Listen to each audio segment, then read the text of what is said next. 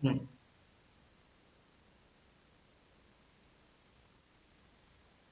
इसी तरीके से इसको एक बार और डिफरेंशिएट कर दोगे D omega by D T, तो यहाँ पे क्या बन जाएगा, अल्फा बन जाएगा। अल्फा क्या है, एंगुलर एंगुलर एक्सेलरेशन। ठीक है, बिल्कुल सिंपल सा है। ठीक है भाई, तो यहाँ पे फॉर्मूले सेम लग जाएंगे क्या, जैसे यहाँ पे होता है v is equal to u plus a t, भैया बताओ यहाँ पे क्या लगेगा, omega is equal to omega nought plus alpha t, बिल्कुल सेम है, कुछ अलग नहीं है।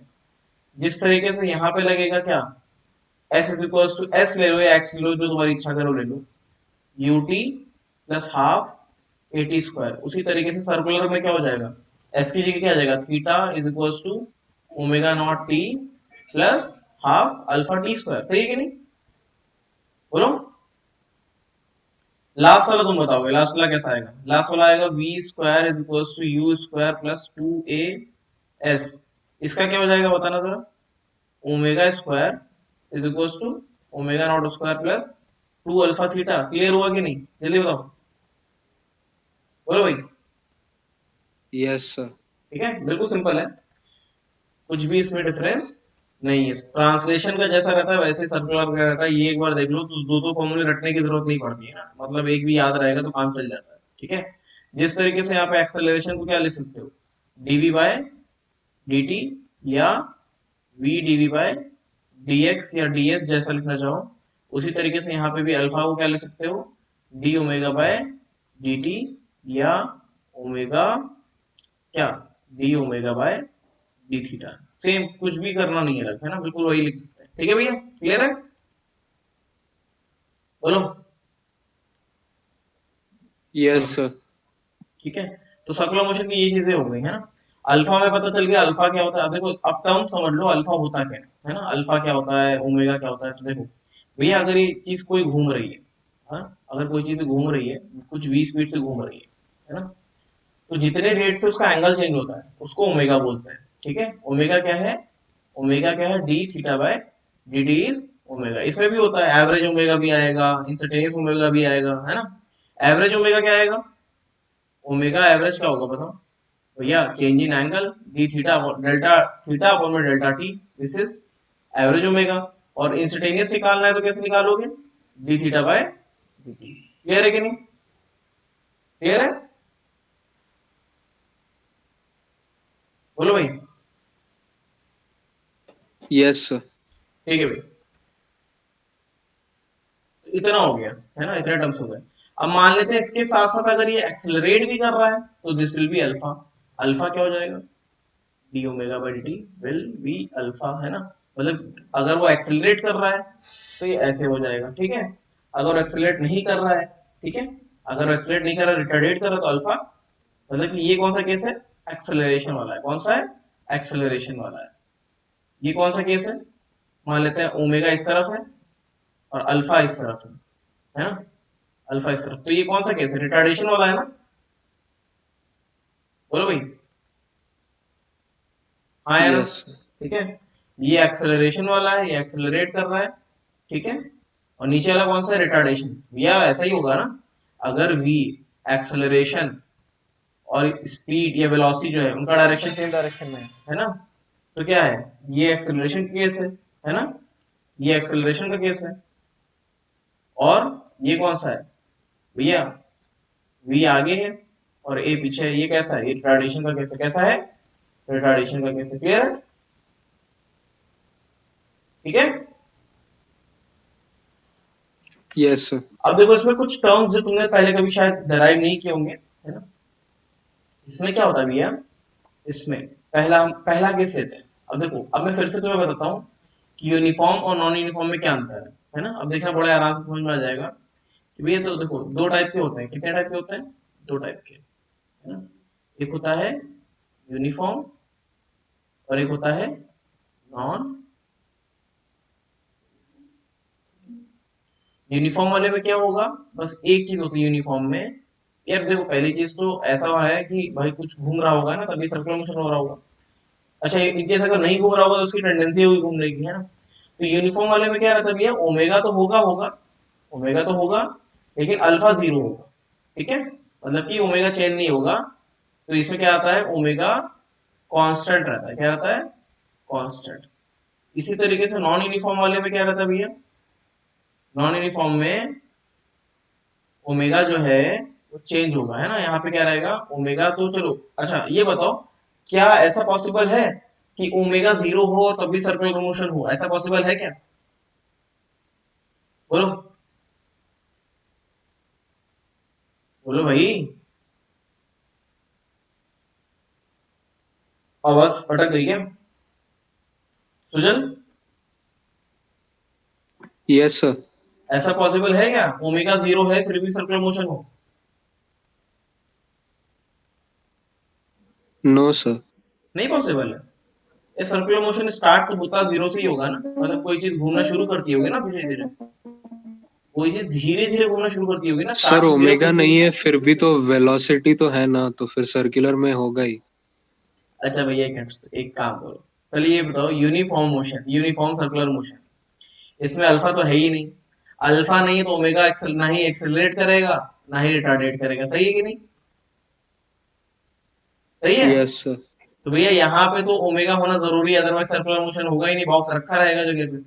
लेकिन दूसरा वाला बताओ, दूसरे वाले में अगर अल्फा, अल्फा नॉन जीरो है मतलब कि वो एक्सेलरेट कर सकता है, तो ओमेगा अगर जीरो होगा या ओमेगा नॉन जीरो होगा, दोनों में से किस केस में सर्कुलर मोशन होगा किस में नहीं होगा, दोनों में पॉसिबल है। अगर ओमेगा जीरो है इसका हाँ मतलब सर मोशन दोनों में स्टार्ट होगा। हो रहा है, ओमेगा नॉन जीरो इसका मतलब मोशन पहले से ही है। अब अल्फा जो है या तो ओमेगा बढ़ाएगा या घटाएगा, है ना, अगर एक्सेलरेट करेगा तो पॉजिटिव होगा अल्फा और रिटार्डेट करेगा तो नेगेटिव होगा। क्लियर है भाई, समझ गए। तो बताओ यस। क्या डिफरेंस है यूनिफॉर्म और नॉन यूनिफॉर्म में, यूनिफॉर्म में अल्फा जीरो होता है और नॉन यूनिफॉर्म में अल्फा नॉन जीरो होता है। क्लियर है, क्लियर है। Yes sir. चलो भैया ठीक है। अब ये देखो ऐसा है, इसमें कुछ टर्म्स आते हैं, कुछ टर्म्स क्या क्या आते हैं, कुछ रिलेशंस होते हैं वो हमें पता होने चाहिए क्या। एक तो होता है v और ओमेगा में रिलेशन, तो v is equals to omega पहला रिलेशन होता है, ठीक है। दूसरा होता है tangential acceleration is equals to alpha r, ये दूसरा रिलेशन होता है। तीसरा होता है, ठीक है, centripetal acceleration is equals to v square by r या ओमेगा स्क्वायर आर, है ना। ये तीन रिलेशन जो है हमें पता होनी चाहिए, है ना, कैसे कैसे आएंगे, है ना। पहला केस हम लोग करते हैं भैया कौन सा, पहला केस हम लोग सॉल्व करेंगे कौन सा, first case is uniform, uniform circular, circular motion. बताओ यूनिफॉर्म सर्कुलर मोशन में स्पीड कैसी होती है, कांस्टेंट होती है कि नहीं होती है, बताओ भाई, है ना।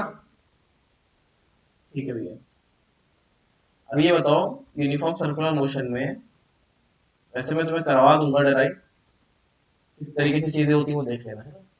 तो ये देखो, अगर स्पीड कांस्टेंट है, टेंजेंशियल एक्सेलरेशन कौन सा, तो मैं बता देता हूँ, टेंजेंशियल एक्सेलरेशन वो होता है जो स्पीड को चेंज करे, है ना। टेंजेंशियल एक्सेलरेशन जो होता है एटी क्या करता है, चेंजेस स्पीड। तो यहाँ पे क्या हो रहा है, यहाँ पे तो स्पीड कांस्टेंट है ना, अगर स्पीड यहाँ पे कांस्टेंट है ना, यहाँ पे तो स्पीड कांस्टेंट है, ठीक है। तो v अगर कांस्टेंट हो जाएगा, स्पीड को अगर हम कांस्टेंट ले लें, कांस्टेंट, अल्फा कितना हो जाएगा, दैट मीन अल्फा जीरो है, और एटी कितना हो जाएगा, a t is equal to zero, tangential acceleration कितना हो जाएगा, जीरो हो जाएगा, ठीक है। टेंजेंशियल एक्सेलरेशन कितना हो जाएगा, जीरो। फिर से बता देते हैं, टेंजेंशियल एक्सेलरेशन कैसा लगता है, वो ऐसा होता है जो स्पीड को खींचे, मतलब स्पीड अप करे या रिटार्डेट करे, है ना, this is called tangential acceleration, ठीक है भैया, समझ में आया। टेंजेंशियल एक्सेलरेशन जो अलोंग द टेंजेंट लगता है, ठीक है, अलोंग द टेंजेंट लगता है, ठीक है। चलो अब देखो यहाँ पे क्या है, यहाँ पे टेंजेंशियल एक्सेलरेशन जीरो आता है, लेकिन लेकिन ये घूम रहा है। अच्छा ये बताओ, अगर ये घूम रहा है तो वेलोसिटी तो चेंज हो रही है ना, वेलोसिटी चेंज हो रही है।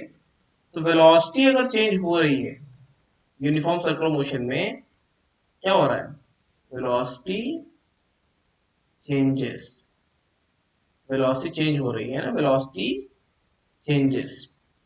तो वेलोसिटी चेंज होने की वजह से एक एक्सेलरेशन आता है उसको कहते हैं सेंट्रीपेटल एक्सेलरेशन, सेंट्रीपेटल एक्सेलरेशन, है ना। वो क्यों आता है? Because of change in velocity. Speed change नहीं हो रही है, स्पीड तो कांस्टेंट है, लेकिन डायरेक्शन चेंज होने की वजह से वेलोसिटी चेंज हो रही है, और उस वेलोसिटी चेंज होने की वजह से यहाँ पे एक एक्सेलरेशन आता है, this is called centripetal acceleration. और वो सेंट्रीपेटल एक्सेलरेशन कितना होता है? वो होता है v स्क्वायर बाय r। इसका डेरिवेशन भी है ना। डेरिवेशन कैसा है मैं बता देता हूँ। किसी भी टाइम पे अगर हम निकालें, है ना, कि वेलोसिटी के कंपोनेंट क्या है, तो यहाँ पे थीटा कर दिया, है ना, ऊपर ये एंगल थीटा हो जाएगा। ऊपर की वेलोसिटी हो जाएगी कितनी? v cos थीटा, तो ये हो जाएगी v sin थीटा, है ना। तो यहाँ पे अगर हम देखें किसी भी टाइम पे अगर वेलोसिटी को लिखें, तो वेलोसिटी वेक्टर को क्या लिख सकते हो? ऐसे लिख सकते हो, minus v sin theta i plus v cos theta j। और जैसे ही तुम इसको डिफरेंशिएट करोगे, है ना, इसको डिफरेंशिएट करोगे, तुम्हारा टर्म क्या आएगा? माइनस v साइन थीटा का क्या होता है? कॉस थीटा आई, है ना, प्लस v कॉस थीटा का माइनस साइन थीटा, है ना, जी। इस तरीके से आ जाता है। अब इसका मैग्नीट्यूड निकालोगे, जब इसका मैग्नीट्यूड निकालोगे इस तरीके से, तो कितना आता है? इसका मैग्नीट्यूड निकालोगे तो v तो कॉमन ले लो बाहर, और ये इनका स्क्वायर अप कर दोगे तो कितना हो जाएगा भाई? इनको स्क्वायर अप करोगे तो आएगा कितना? देखो 90 डिग्री पे है, तो क्या हो जाएगा? Sine square theta plus cos square theta, है ना। और एक और चीज रह रही है, that is D theta by d T, है। इसको और ले लेना है, इस तरीके से आएगा, ठीक है। तो ये आ जाएगा क्लियर इतना, ठीक है। कॉस स्क्वायर थीटा इंटू में D theta by D T, that is omega. D theta by D T is omega, ठीक है। तो ये आता है, ये 1 हो जाएगा, फिर ओमेगा वी आएगा, omega this is equal to d v by dt, है ना, सेंट्रीपेटल एक्सेलरेशन। अब एक चीज और होती है, ओमेगा और v में रिलेशन, है। ओमेगा और v में relation, v is equal to इतना, या v is equal to omega. उनका रिलेशन निकालना बहुत आसान होता है। कैसे? ये देखो, तुम्हारा जो आर्क लेंथ कितना था? आर्क लेंथ था r थीटा। तो बताओ स्पीड, स्पीड क्या हो जाएगी? What will be speed? Speed will be D R theta by d T. इसमें आर तो डिफरेंशिएट होगा नहीं, है ना, तो D theta by D T का क्या हो जाएगा? ओमेगा हो जाएगा। तो यहाँ से रिलेशन आ जाता है v is equal to omega, ये रिलेशन यहाँ से आ जाता है, ठीक है भैया। क्लियर है? बोलो भाई, क्लियर है?